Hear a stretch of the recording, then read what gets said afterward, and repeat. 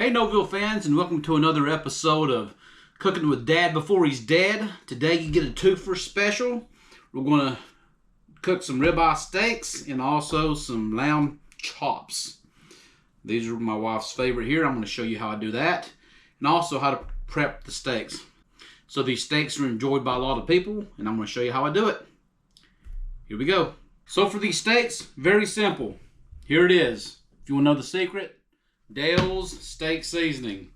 This is a product from Birmingham, Alabama. This is a staple of pretty much any steak that I cook. But here's the problem with this stuff. You want to use it sparingly. So I've got three, I want to say inch and a half ribeyes here. So it being inch and a half, I'm going to make sure that one, I can use either more marinade, or two, I can let it sit longer with the amount that I'm going to use. So that's where you got to get your ratio correct here. This stuff is very powerful. If you let it sit along too long, it's going to not make your steaks or your meat taste good at all. So for these three here, I'm going to probably go for about maybe, I would say, a quarter of a cup. So that's about a quarter of a cup. And I'm telling you, that's about all you need, because close your bag up and just let that stuff kind of get around the meat. And for inch and a half cut steaks, that's going to be more than plenty to marinate just that amount right there. All right, you can use more than that if you do. Just probably cut down your marinade time by a little bit. I'm going to let these sit in here for about close to 30 minutes. Like I said, they're about inch and a half thick. 30 minutes is going to be good for that. If they're thinner steaks, you don't want them to sit in there for no more than 15 or 20 minutes or so. The best thing for you to do is just take them out, put your sauce in there, and just let it sit on the counter so that way the steaks get to temperature before you put them on the grill. All right. For the chops we got here, this is another little seasoning that I have that I've used for quite a bit of spell. But what you want to do is you want to look for some stuff called Everglades Seasoning. This is from Florida. And you can find it online or whatever. It's called Everglades. But what I do is I'll take Everglades. I've mixed in some rosemary, some thyme, and I think a little bit of garlic powder and stuff in there. And I've made that. So what I'm going to do is just take that and sprinkle it on these lamb chops here. And let me tell you, same as how Dale's is strong, so is Everglades. You don't want to be bathing your meat in the Everglades because it is a strong spice there. So just a little bit of sprinkles on each one is going to be more than enough for these lamb chops.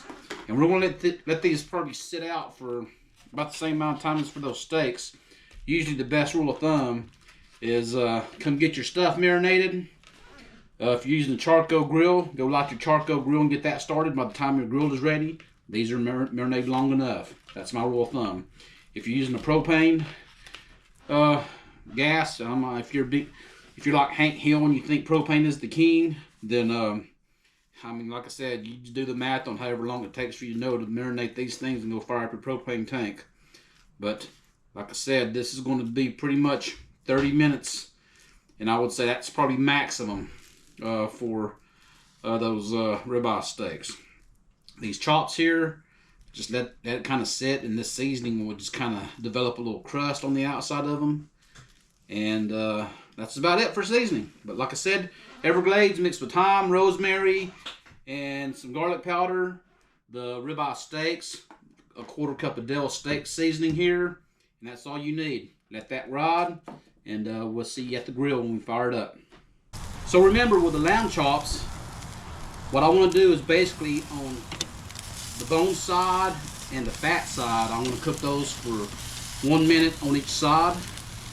And then once those three sides are done cooking for a minute, then I'll flip it over to the main side of the chops and cook those for 1 minute apiece on each side. For the steaks, plop them on there for about 3 to 4 minutes a side.